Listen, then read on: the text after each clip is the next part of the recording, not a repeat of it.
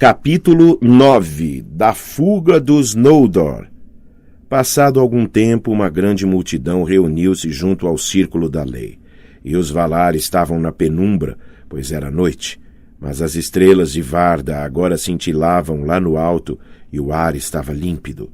Pois os ventos de Manwë haviam dispersado os vapores da morte e feito recuar as sombras do mar. E então Yavanna se levantou e ficou em pé em Ezeloar, a colina verde, que agora estava nua e negra. E ela pôs as mãos nas árvores, mas elas estavam mortas e escuras. E cada galho que Yavanna tocava, quebrava e caía sem vida a seus pés. Muitas vozes então se ergueram em lamento. E pareceu a aqueles que choravam que haviam esgotado a última gota do cálice de infortúnio que Melkor havia preparado para eles. Mas estavam enganados. E Yavanna falou aos Valar, dizendo: a luz das árvores se extinguiu, e sobrevive agora somente nas Silmarils de Fëanor. Como ele foi previdente! Mesmo para os mais poderosos súditos de Ilúvatar, existem obras que podem realizar uma e apenas uma vez. Dei existência à luz das árvores e dentro de Eân nunca mais poderei repetir esse feito. Porém, se eu tivesse um pouco que fosse dessa luz, poderia devolver a vida às árvores, antes que suas raízes apodrecessem. Assim, nossa dor seria curada e a maldade de Melkor frustrada. Ouviste, Fëanor, filho de Finwë, as palavras de Yavanna? Disse então Manwë. Desejas conceder o que ela quis pedir? Houve um longo silêncio, mas Fëanor não deu resposta.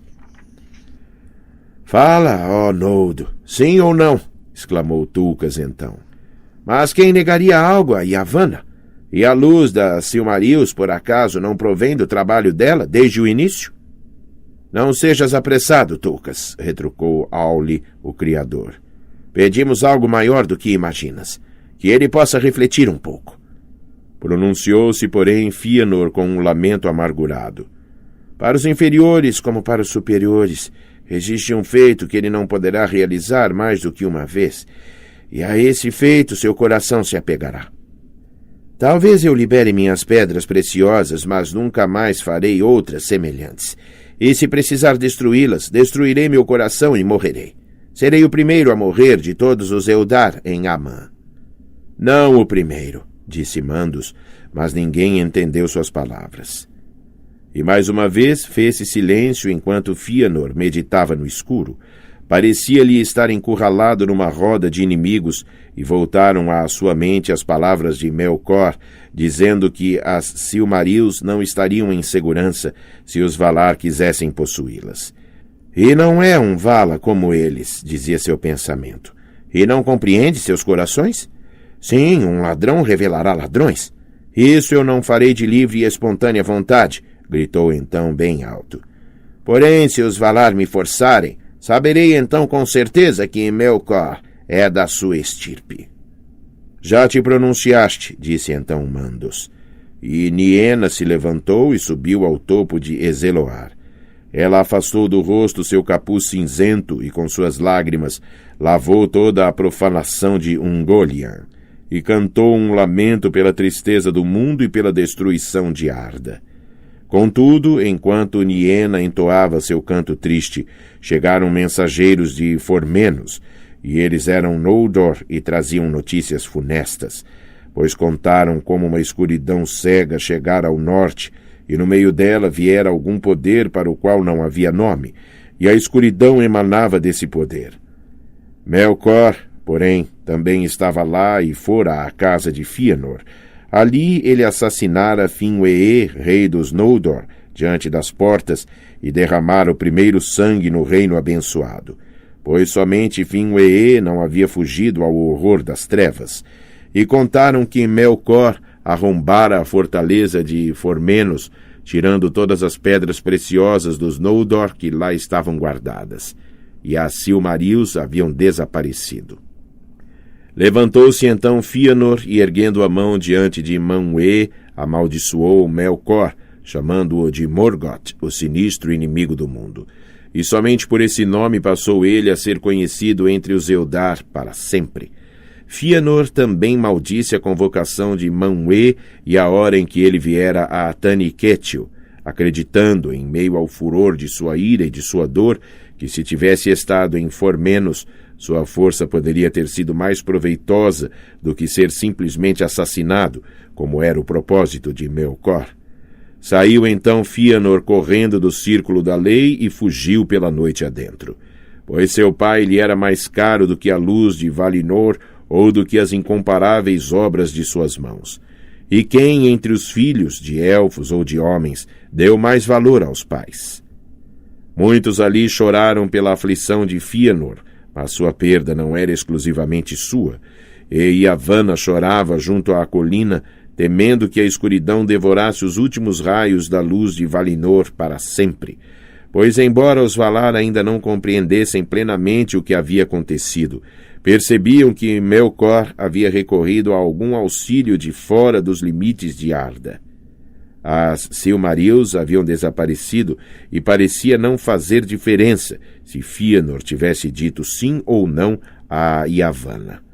Contudo, tivesse ele dito sim de início, antes que chegassem as notícias de Formenos, talvez seus atos posteriores tivessem sido diferentes do que foram.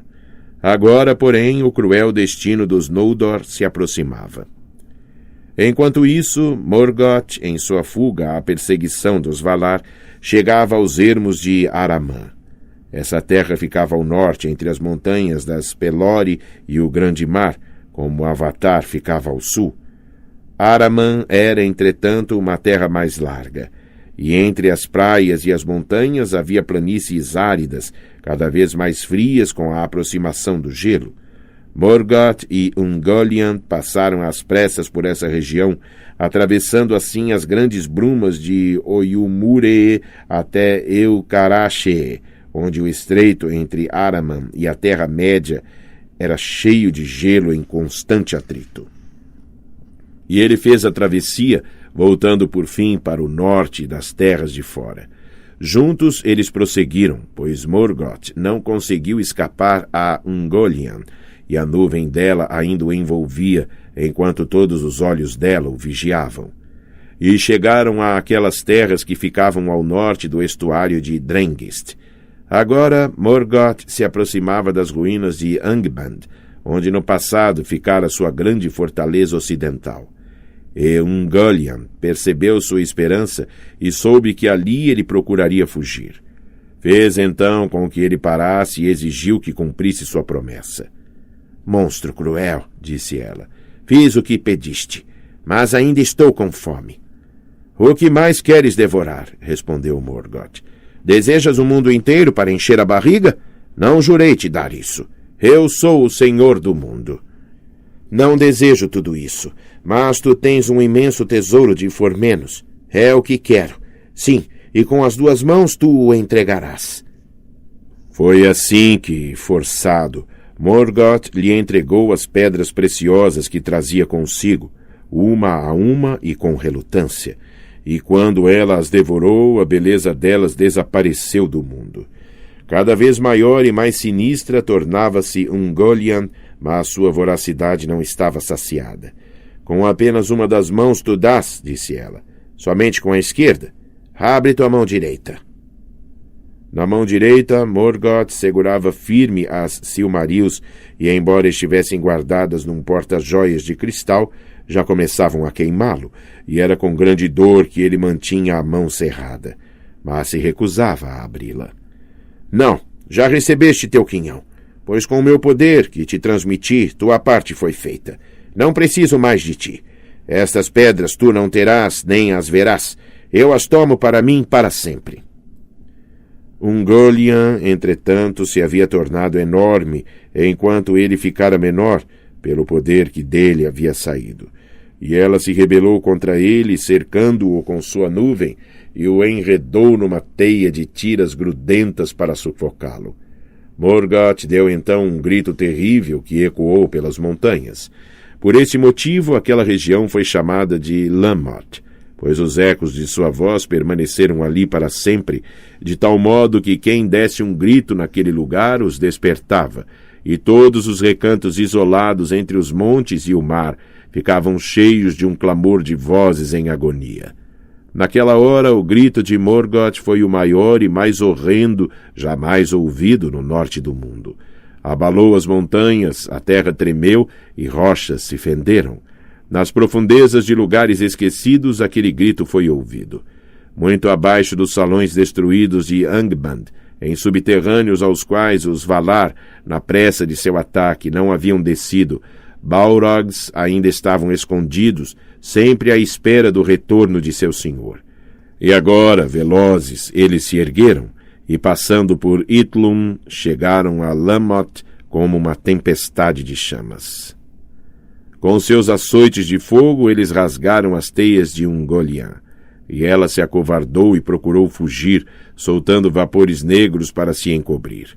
E tendo escapado do norte, ela pousou em Beleriand e foi morar nos sopés das Ered Gorgoroth, naquele vale sinistro que mais tarde foi chamado de Nan Dungordeb, o Vale da Morte Horrenda, em decorrência dos horrores que ela espalhou por lá.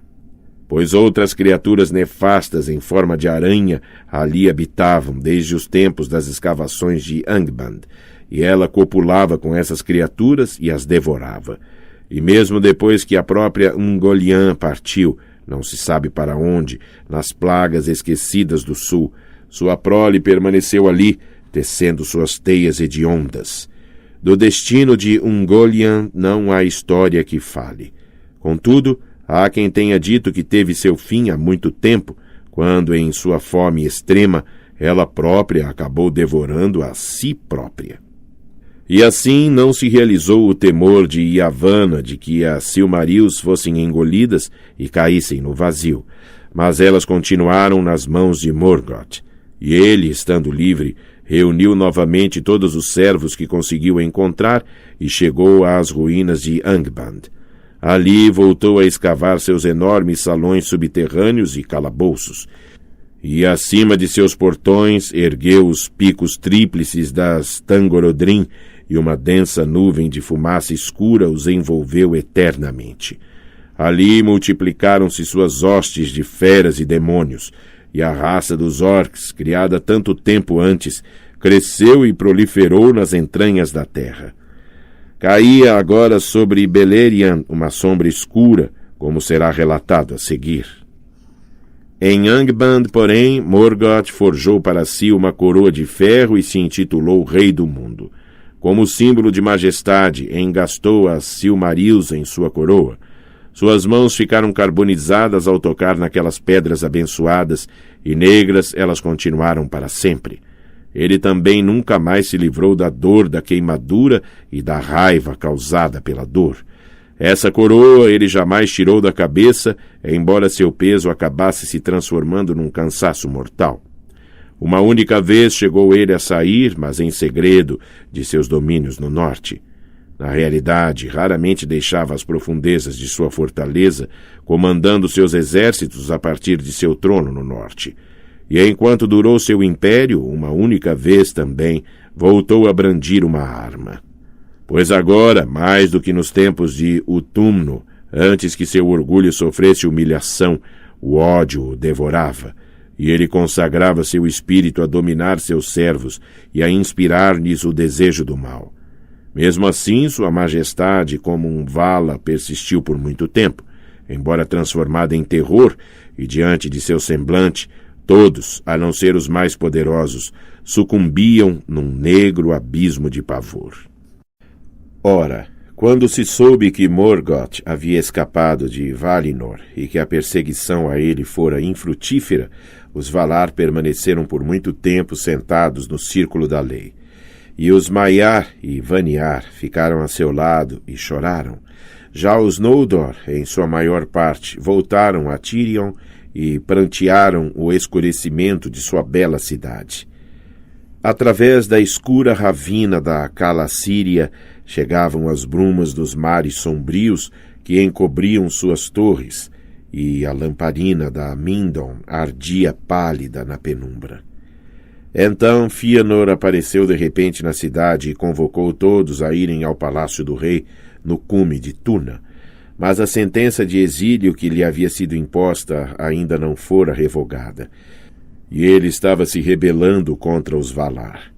Uma enorme multidão reuniu-se rapidamente, portanto, para ouvir o que ele queria dizer, e a colina, assim como as escadas e ladeiras que subiam por suas encostas, foi iluminada pela luz dos muitos archotes que cada um trazia na mão. Faixa 13. Capítulo 9. Da fuga dos Noldor. Passado algum tempo, uma grande multidão reuniu-se junto ao círculo da lei, e os Valar estavam na penumbra, pois era noite, mas as estrelas de Varda agora cintilavam lá no alto e o ar estava límpido, pois os ventos de Manwë haviam dispersado os vapores da morte e feito recuar as sombras do mar. E então Yavanna se levantou e ficou em pé em Ezeloar, a colina verde, que agora estava nua e negra, e ela pôs as mãos nas árvores, mas elas estavam mortas e escuras, e cada galho que Yavanna tocava quebrava e caía sem vida a seus pés. Muitas vozes então se ergueram em lamento, e pareceu a aqueles que choravam que haviam esgotado a última gota do cálice de infortúnio que Melkor havia preparado para eles, mas estavam enganados. Yavanna falou aos Valar, dizendo: a luz das árvores se extinguiu, e sobrevive agora somente nas Silmarils de Fëanor. Como ele foi previdente! Mesmo para os mais poderosos súditos de Ilúvatar, existem obras que podem realizar uma e apenas uma vez. Dei existência à luz das árvores e dentro de Eân nunca mais poderei repetir esse feito. Porém, se eu tivesse um pouco que fosse dessa luz, poderia devolver a vida às árvores, antes que suas raízes apodrecessem. Assim, nossa dor seria curada e a maldade de Melkor frustrada. Ouviste, Fëanor, filho de Finwë, as palavras de Yavanna? Disse então Manwë. Desejas conceder o que ela quis pedir? Houve um longo silêncio, mas Fëanor não deu resposta. Fala, ó Noldo, sim ou não? Exclamou Tulkas então. Mas quem negaria algo a Yavanna? E a luz da Silmarils, por acaso, não provém do trabalho dela desde o início? Não sejas apressado, Tulkas, retrucou Auli, o Criador. Pedimos algo maior do que imaginas, que ele possa refletir um pouco. Pronunciou-se, porém, Fëanor com um lamento amargurado.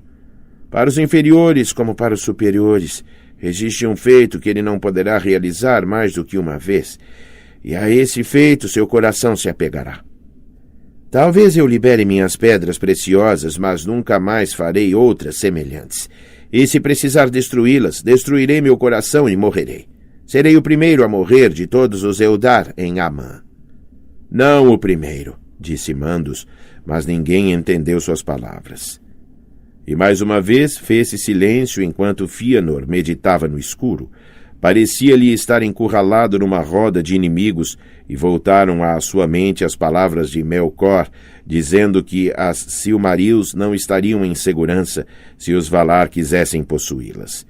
E não é um Vala como eles, dizia seu pensamento. E não compreende seus corações? Sim, um ladrão revelará ladrões. Isso eu não farei de livre e espontânea vontade, gritou então bem alto. Porém, se os Valar me forçarem, saberei então com certeza que Melkor é da sua estirpe. Já te pronunciaste, disse então Mandos. E Niena se levantou e subiu ao topo de Ezeloar. Ela afastou do rosto seu capuz cinzento e com suas lágrimas lavou toda a profanação de Ungoliant e cantou um lamento pela tristeza do mundo e pela destruição de Arda.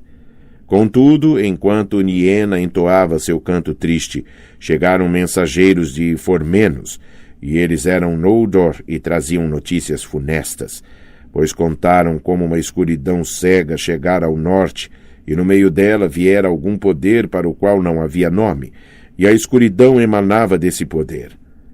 Melkor, porém, também estava lá e fora à casa de Fëanor.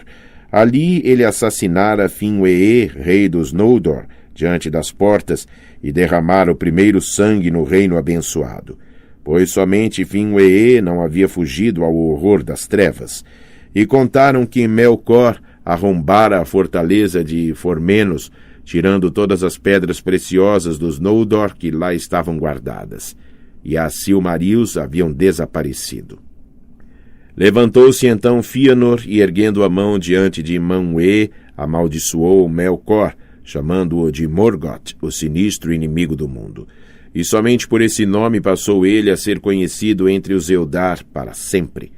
Fëanor também maldisse a convocação de Manwë e a hora em que ele viera a Taniquetil, acreditando, em meio ao furor de sua ira e de sua dor, que se tivesse estado em Formenos, sua força poderia ter sido mais proveitosa do que ser simplesmente assassinado, como era o propósito de Melkor.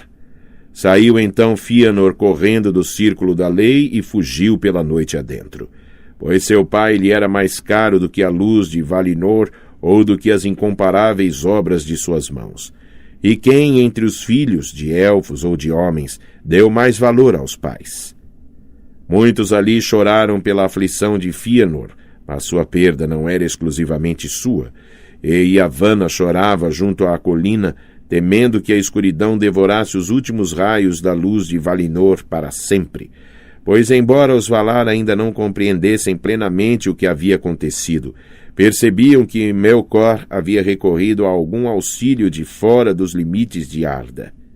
As Silmarils haviam desaparecido e parecia não fazer diferença se Fëanor tivesse dito sim ou não a Yavanna.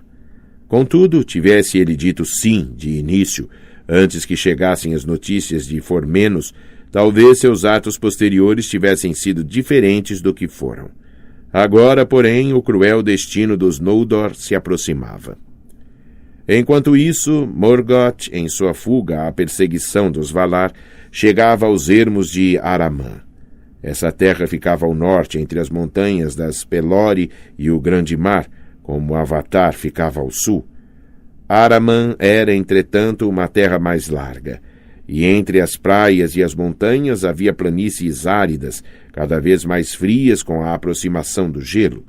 Morgoth e Ungoliant passaram às pressas por essa região, atravessando assim as grandes brumas de Oyumure até Eucarache, onde o estreito entre Araman e a Terra-média era cheio de gelo em constante atrito. E ele fez a travessia, voltando por fim para o norte das terras de fora. Juntos eles prosseguiram, pois Morgoth não conseguiu escapar a Ungoliant, e a nuvem dela ainda o envolvia, enquanto todos os olhos dela o vigiavam. E chegaram àquelas terras que ficavam ao norte do estuário de Drengist. Agora Morgoth se aproximava das ruínas de Angband, onde no passado ficara sua grande fortaleza ocidental. E Ungoliant percebeu sua esperança e soube que ali ele procuraria fugir. Fez então com que ele parasse e exigiu que cumprisse sua promessa. Monstro cruel, disse ela, fiz o que pediste, mas ainda estou com fome. O que mais queres devorar? Respondeu Morgoth. Desejas o mundo inteiro para encher a barriga? Não jurei te dar isso. Eu sou o senhor do mundo. Não desejo tudo isso, mas tu tens um imenso tesouro de Formenos. É o que quero. Sim, e com as 2 mãos tu o entregarás. Foi assim que, forçado, Morgoth lhe entregou as pedras preciosas que trazia consigo, uma a uma e com relutância, e quando ela as devorou, a beleza delas desapareceu do mundo. Cada vez maior e mais sinistra tornava-se Ungoliant, mas sua voracidade não estava saciada. Com apenas uma das mãos tu dás, disse ela. Somente com a esquerda? Abre tua mão direita. Na mão direita, Morgoth segurava firme as Silmarils e, embora estivessem guardadas num porta-joias de cristal, já começavam a queimá-lo, e era com grande dor que ele mantinha a mão cerrada, mas se recusava a abri-la. Não, já recebeste teu quinhão, pois com o meu poder que te transmiti, tua parte foi feita. Não preciso mais de ti. Estas pedras tu não terás, nem as verás. Eu as tomo para mim para sempre. Ungoliant, entretanto, se havia tornado enorme, enquanto ele ficara menor, pelo poder que dele havia saído. E ela se rebelou contra ele, cercando-o com sua nuvem, e o enredou numa teia de tiras grudentas para sufocá-lo. Morgoth deu então um grito terrível que ecoou pelas montanhas.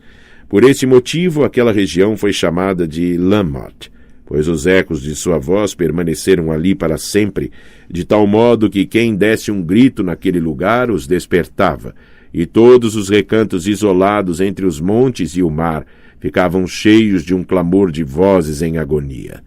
Naquela hora, o grito de Morgoth foi o maior e mais horrendo jamais ouvido no norte do mundo. Abalou as montanhas, a terra tremeu e rochas se fenderam. Nas profundezas de lugares esquecidos, aquele grito foi ouvido.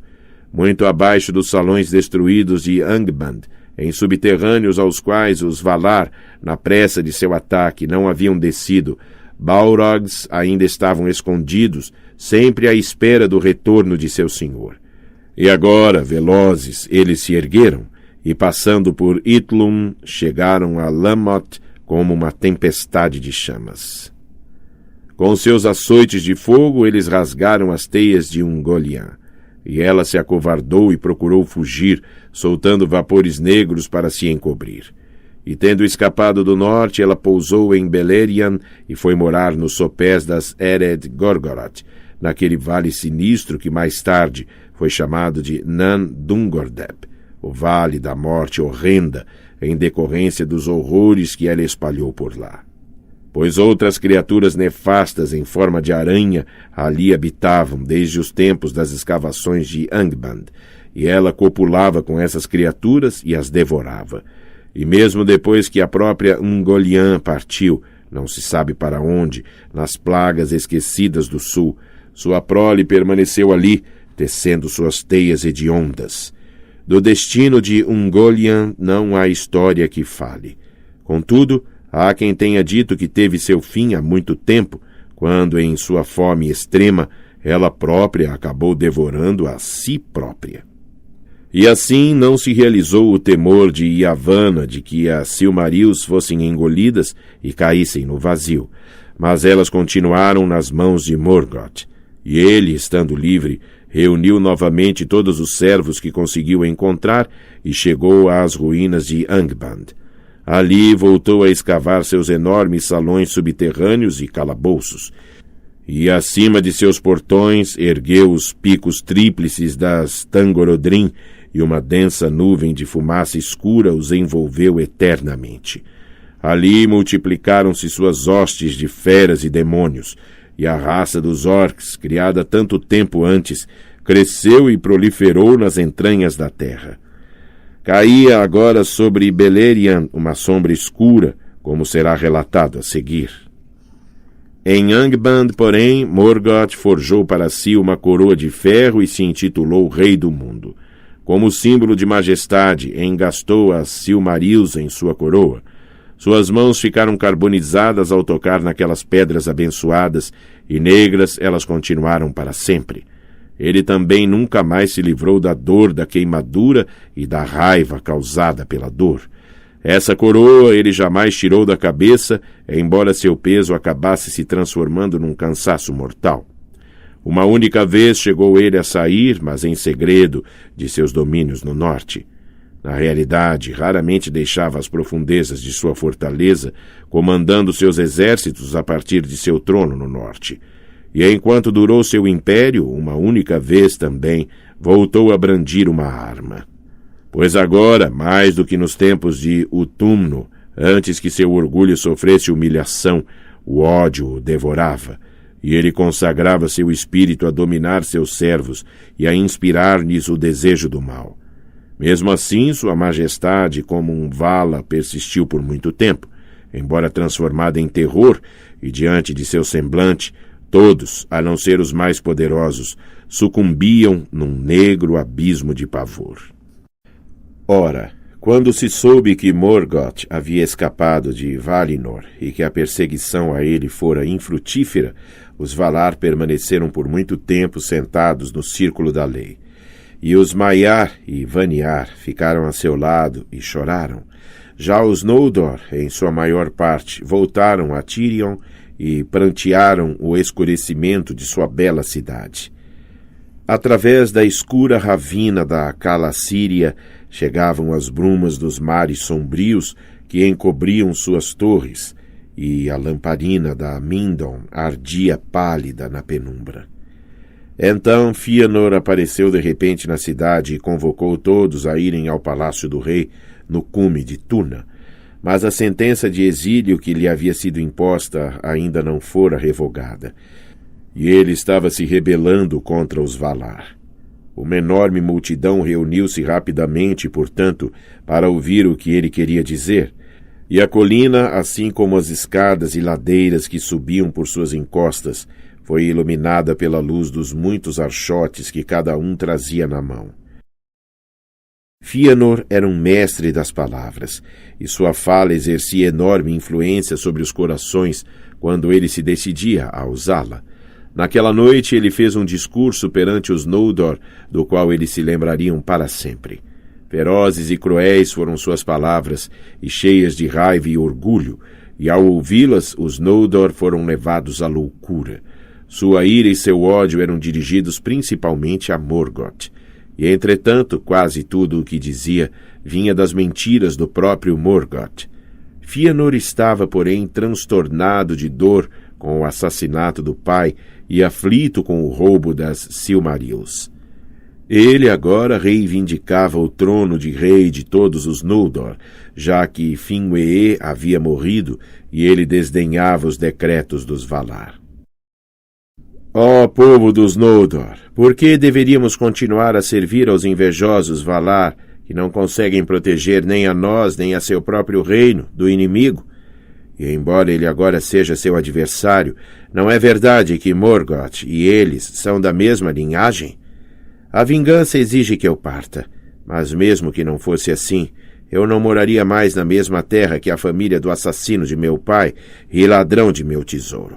Não sou, porém, o único valente neste povo destemido. E vocês todos não perderam seu rei?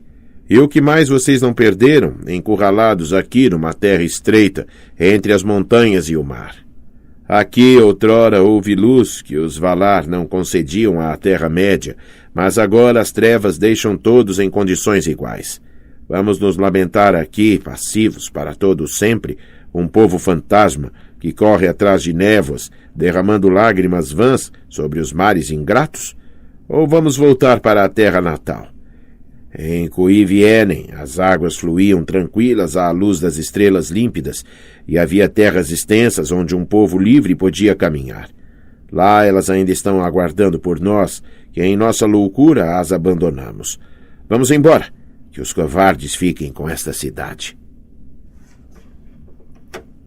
Longo foi seu discurso, e ele sempre insistia para que os Noldor o acompanhassem, e com sua própria força conquistassem a liberdade e territórios imensos nas terras do leste, antes que fosse tarde demais, pois ele repetia as mentiras de Melkor de que os Valar os haviam iludido e queriam mantê-los cativos para que os homens dominassem a Terra-média. Muitos dos Eldar ouviram falar ali pela primeira vez dos sucessores. Belo será o final, exclamou Fëanor, embora a estrada seja longa e difícil. Digam adeus à servidão, mas digam também adeus ao conforto. Digam adeus aos fracos, digam adeus a seus tesouros. Faremos tesouros ainda maiores. Não carreguem peso na viagem, mas tragam suas espadas, pois iremos muito mais longe do que Oromê e resistiremos mais do que Tulkas. Nunca desistiremos da perseguição. No encalço de Morgoth até os confins da terra. Guerra terá ele e um ódio eterno. Porém, quando tivermos vencido e reconquistado as Silmarils, nós e somente nós seremos os donos da luz impoluta, senhores da felicidade e da beleza de Arda. Nenhuma outra raça nos derrubará. Nesse momento, Fëanor fez um juramento terrível. Seus 7 filhos colocaram-se imediatamente a seu lado e fizeram juntos o mesmo voto, e vermelhas como sangue brilharam suas espadas desembainhadas à luz dos archotes. Fizeram um voto que ninguém deveria quebrar e que ninguém deveria fazer, nem mesmo em nome de Ilúvatar, conclamando as trevas eternas a caírem sobre eles se não o cumprissem. E como testemunhas nomearam Manwë, Varda e a montanha abençoada de Taniquetil, jurando perseguir até o fim do mundo com vingança e ódio qualquer vala, demônio, elfo ou homem ainda não nascido, ou qualquer criatura, grande ou pequena, boa ou má, que o tempo fizesse surgir até o final dos tempos, quem quer que segurasse, tomasse ou guardasse uma Silmaril, impedindo que eles dela se apoderassem. Assim falaram Maedhros, Maglor e Celegorn, Curufin e Carantir, Amrod e Amras, príncipes dos Noldor. E muitos fraquejaram ao ouvir aquelas palavras tremendas, pois um juramento desses, para o bem ou para o mal, não pode ser quebrado, e perseguirá quem o cumprir e quem o descumprir até o fim do mundo.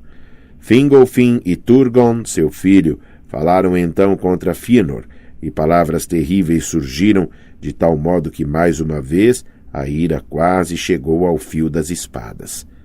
Finarfin, porém, falou com ponderação, como era seu costume, e procurou acalmar os Noldor, convencendo-os a parar e refletir antes de agir de modo irreparável.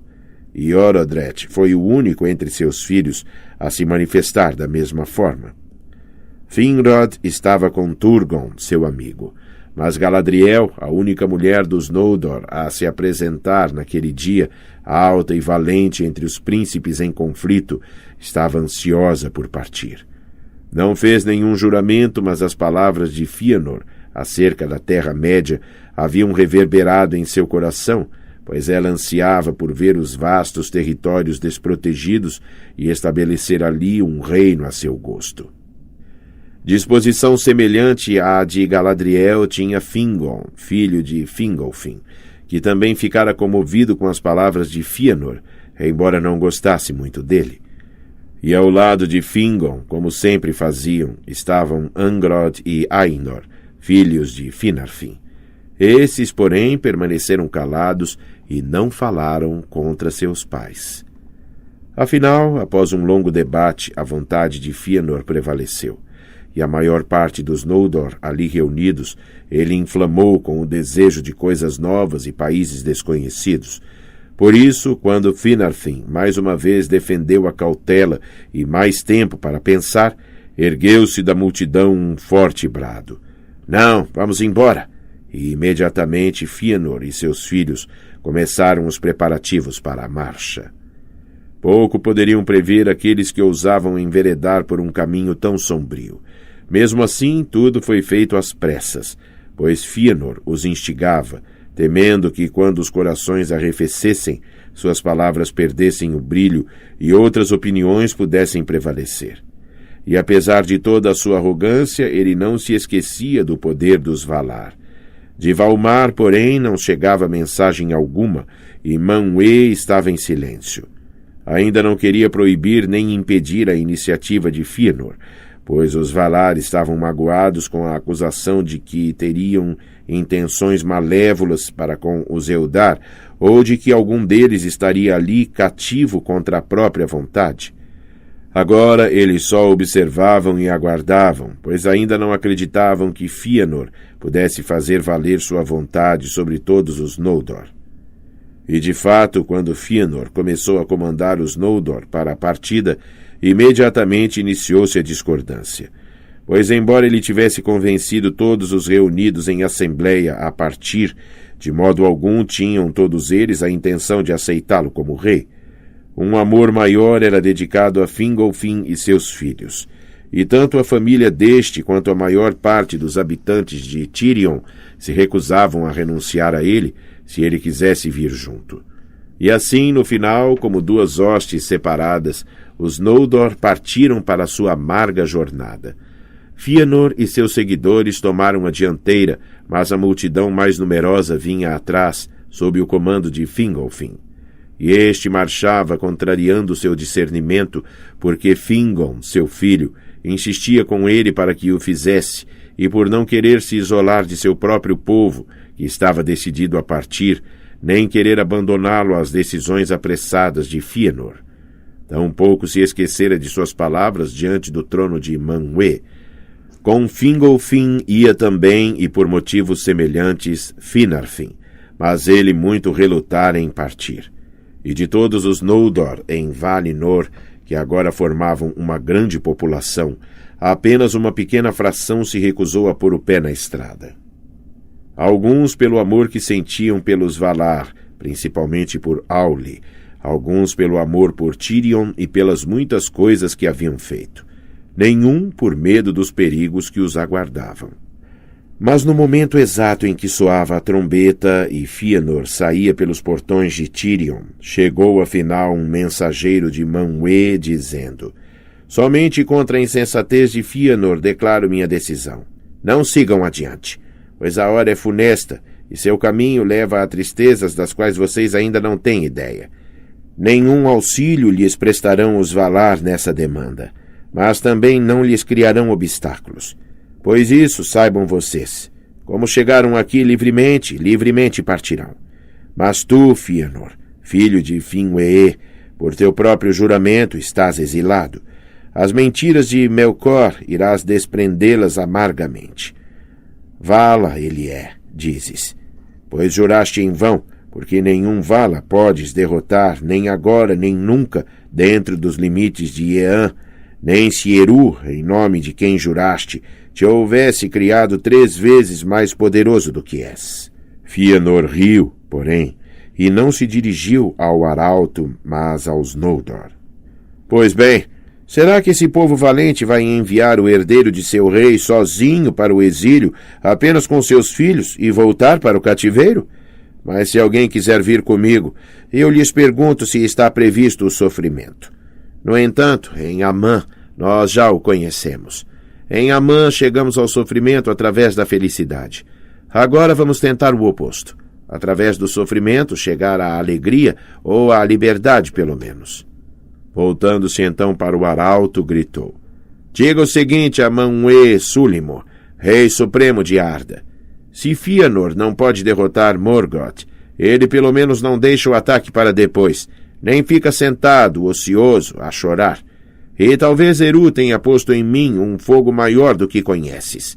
No mínimo vou infligir tal sofrimento ao inimigo dos Valar, de tal modo que mesmo os poderosos no círculo da lei ficarão espantados em saber. Sim, no final, eles me seguirão. Adeus.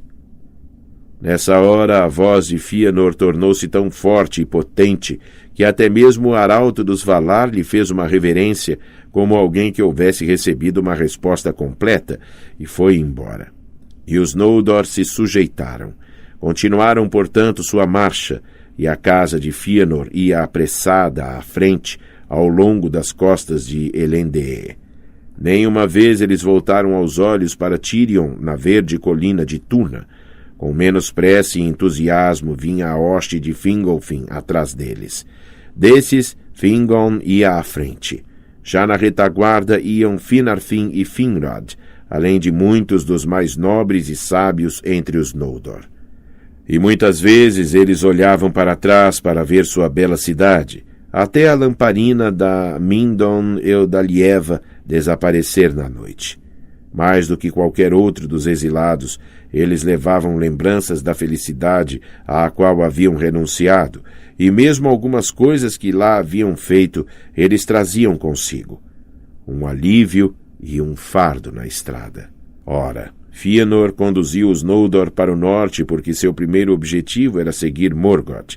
Além disso, Tuna, aos pés da Taniquetil, ficava próxima ao cinturão de Arda, e ali o grande mar tinha extensão incomensurável, ao passo que para o norte os mares divisores ficavam mais estreitos, à medida que se aproximavam os ermos de Araman e as costas da Terra-média. Mas quando a mente de Fëanor se acalmou e refletiu, ele percebeu tarde demais que aquela enorme multidão jamais conseguiria transpor as longas léguas até o norte, nem cruzar os mares no final, a não ser com a ajuda de barcos. Seria, porém, necessário muito tempo e trabalho para construir uma frota tão grande, mesmo que houvesse entre os Noldor alguém capacitado para essa tarefa. Resolveu então convencer os Teleri, sempre amigos dos Noldor, a se juntarem a eles. e em sua rebeldia acreditava desse modo poder diminuir ainda mais a felicidade de Valinor e aumentar seu poder para enfrentar Morgoth. Apressou-se então a chegar a Alqualondëë e falou com os Teleri, como havia falado antes em Tirion. Os Teleri, entretanto, não se comoveram com nada do que ele disse. Estavam realmente tristes com a partida de parentes e amigos de longa data, mas em vez de auxiliá-los, preferiam dissuadi-los. E nenhuma embarcação emprestariam ou ajudariam a construir contra a vontade dos Valar. Quanto a si próprios, não desejavam outro lar a não ser as praias de Eldamar. E nenhum outro senhor além de Alwi, príncipe de Alqualondëë. E ele nunca dera ouvidos a Morgoth, nem o acolher em sua terra, e ainda tinha confiança de que Ulmo e os outros poderosos entre os Valar compensariam os danos de Morgoth, e que a noite ainda passaria a ser uma nova aurora. Então a ira tomou conta de Fëanor, pois ele ainda temia um atraso, e foram veementes suas palavras a Olwy. Vocês renegam a amizade justamente na hora de nossa necessidade, disse. Mas ficaram bem felizes de receber nossa ajuda quando chegaram por último a estas praias, preguiçosos covardes e praticamente de mãos vazias. Ainda estariam morando em cabanas na praia se os Noldor não tivessem esculpido seu porto e trabalhado em suas muralhas. Não renegamos nenhuma amizade, respondeu, porém, Olwy. Mas a um amigo pode caber o papel de censurar a loucura do companheiro. E quando os Noldor nos acolheram e auxiliaram, eram diferentes suas palavras. Na terra de Amã viveríamos para sempre como irmãos, cujas casas ficam lado a lado. Quanto a nossas alvas embarcações, essas vocês não nos deram. Não aprendemos esse ofício com os Noldor, mas com os senhores do mar, e as madeiras claras trabalhamos com nossas próprias mãos. E as velas brancas foram tecidas por nossas esposas e filhas. Por isso, não nos dispomos a dá-las nem vendê-las por nenhuma aliança ou amizade. Pois eu lhe digo, Fëanor, filho de Finwë, elas são para nós como são as pedras preciosas dos Noldor, as obras que mais prezamos, iguais às quais não voltaremos a fazer outras. Com isso, Fëanor o deixou e foi sentar remoendo maus pensamentos do lado de fora das muralhas de Alqualondëë até sua hoste se reunir. Quando considerou que sua força era suficiente, foi até o Porto dos Cisnes e começou a manobrar os barcos que ali estavam ancorados, levando-os à força. Os Teleri, entretanto, ofereceram resistência e lançaram muitos dos Noldor ao mar. Então espadas foram desembainhadas e travou-se uma terrível batalha nos barcos, em volta dos molhes e dos quebra-mares do porto, iluminados por lamparinas, e mesmo sobre o grande arco de entrada. 3 vezes o povo de Fëanor foi rechaçado, e muitos morreram de ambos os lados. Contudo, a vanguarda dos Noldor foi socorrida por Fingon, com os primeiros da hoste de Fingolfin, que, ao se aproximarem, encontraram uma batalha em curso e sua própria gente caindo. Eles correram para ajudar antes de saber ao certo a causa da contenda. Alguns chegaram a acreditar que os Teleri haviam tentado uma cilada contra a marcha dos Noldor a pedido dos Valar. Assim, finalmente, os Teleri foram derrotados, e grande parte de seus marinheiros que moravam em Alqualondëë foi brutalmente assassinada, pois os Noldor estavam se tornando cruéis e desesperados, e os Teleri tinham menos força e estavam armados, em sua maioria, apenas com arcos finos. Os Noldor, então, puxaram os barcos brancos e manejaram seus remos da melhor forma possível, levando-os para o norte ao longo da costa. E Olwy recorreu a Ocee, mas este não veio, pois os Valar não permitiram que a fuga dos Noldor fosse interrompida pela força. Uinen, porém, chorou pelos marinheiros dos Teleri, e o mar cresceu em fúria contra os assassinos, de modo que muitas embarcações naufragaram, e aqueles que nelas estavam morreram afogados. Sobre o fratricídio de Alqualondëë, mais é dito no lamento conhecido como Noldolantëë, a queda dos Noldor, que Maglor compôs antes de se perder. Mesmo assim, a maior parte dos Noldor escapou. E quando a tempestade passou, eles mantiveram seu curso, alguns por mar, outros por terra. Mas o caminho era longo e mais difícil à medida que avançavam. Depois de muito marcharem na noite sem limites, chegaram afinal ao extremo norte do reino protegido, junto às fronteiras dos ermos vazios de Araman, que eram frios e montanhosos. Ali viram de repente uma figura escura parada no alto de um rochedo que dava para a praia. Alguns dizem que era o próprio Mandos e nenhum mensageiro menos importante de Manwë, e ouviram uma voz alta, solene e terrível, que lhes ordenou que parassem e escutassem.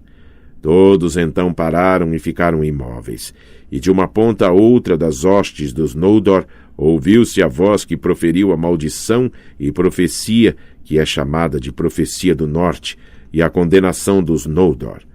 Muito ela pressagiou em palavras sombrias que os Noldor somente foram entender quando as desgraças de fato se abateram sobre eles. Mas todos ouviram a maldição lançada sobre aqueles que não quisessem ficar nem procurar a lei e o perdão dos Valar. Vocês verterão lágrimas sem conta, e os Valar cercarão Valinor para impedi-los de entrar. Ficarão de tal modo isolados que nem mesmo o eco de suas lamentações atravessará as montanhas. Sobre a casa de Fëanor, a ira dos Valar se abate, desde o oeste até o extremo leste, e sobre todos aqueles que se dispuserem a acompanhá-los. O juramento que fizeram os motivará, e ao mesmo tempo os trairá, arrancando de suas mãos os próprios tesouros que juraram procurar.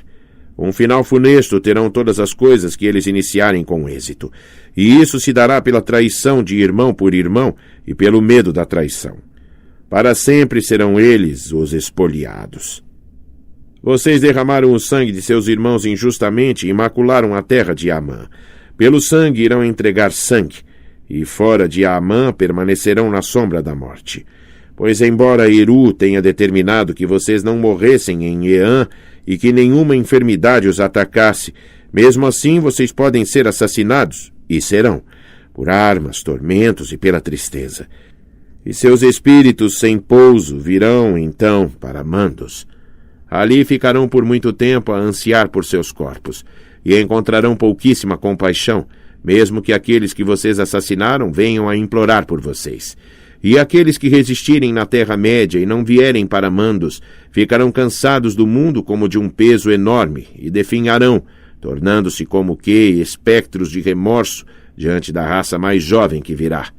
Falaram os Valar. E então muitos se intimidaram, mas Fëanor endureceu seu coração. Fizemos nosso juramento e não foi com leviandade. A esse juramento seremos fiéis. Somos ameaçados com muitos males, e a traição não é o menor deles. Mas uma coisa não é dita, que sofreremos de medo, de covardia ou do temor à covardia. Portanto, digo que devemos seguir, e acrescento um prognóstico. Nossos feitos futuros serão tema de canções até os últimos dias de Arda. Nessa hora, porém, Finarfin abandonou a marcha e voltou, por estar cheio de dor e de amargura contra a casa de Fëanor, em virtude de seu parentesco com Alwi de Alqualondëë. E muitos dos seus foram com ele, refazendo seus passos, pesarosos, até contemplar mais uma vez o facho longínquo de Mindon sobre Tuna, ainda fulgindo na noite, e afinal chegar a Valinor. Ali receberam o perdão dos Valar, e Finarfin foi indicado para governar os Noldor que restavam no reino abençoado. Seus filhos, entretanto, não estavam com ele, pois não quiseram abandonar os filhos de Fingolfin. E toda a gente de Fingolfin ainda prosseguiu, sentindo a obrigação do parentesco e a vontade de Fëanor, e tendo de encarar a condenação dos Valar, já que nem todos eram inocentes no fraticídio de Alqualondëë. Além disso, Fingon e Turgon eram audazes e belicosos e relutavam em abandonar qualquer tarefa à qual se houvessem dedicado antes do triste final, se ele tivesse de ser triste. Portanto, a hoste principal continuou viagem e rapidamente o mal que havia sido previsto começou a atuar. Os Noldor acabaram chegando ao norte de Arda e viram as primeiras pontas do gelo que flutuava no mar. Souberam então que estavam se aproximando de Eucarachee, pois entre a terra de Aamã, que ao norte fazia uma curva para o leste, e o litoral oeste de Endor, que é a Terra-média, que se projetava para o ocidente, havia um pequeno estreito, através do qual confluíam as águas do mar circundante e as ondas de Belegaer. Havia vastos nevoeiros e brumas de um frio mortal, e as correntes marítimas vinham carregadas de blocos de gelo que colidiam uns com os outros e do atrito do gelo nas profundezas. Assim era Eucarachee, e ali ninguém até então ousara pisar, a não ser os Valar e Ungoliant. Portanto, Fëanor parou e os Noldor debateram que caminho deveriam seguir a partir dali. Começaram, porém, a sofrer com o frio e o nevoeiro insistente que o brilho de nenhuma estrela poderia penetrar. E muitos se arrependeram da viagem e começaram a reclamar, especialmente os que acompanhavam Fingolfin, amaldiçoando Fëanor e dizendo que ele era a causa de todas as desgraças dos Eldar. Fëanor, porém, sabendo de tudo o que era dito, aconselhou-se com seus filhos, e eles viam apenas 2 meios de escapar de Araman e entrar em Endor, pelos estreitos ou em barcos. Contudo, consideravam Eucarachee intransponível, enquanto a quantidade de barcos era insuficiente. Muitos haviam sido perdidos na longa viagem, e os restantes eram poucos para transportar de uma vez toda aquela multidão.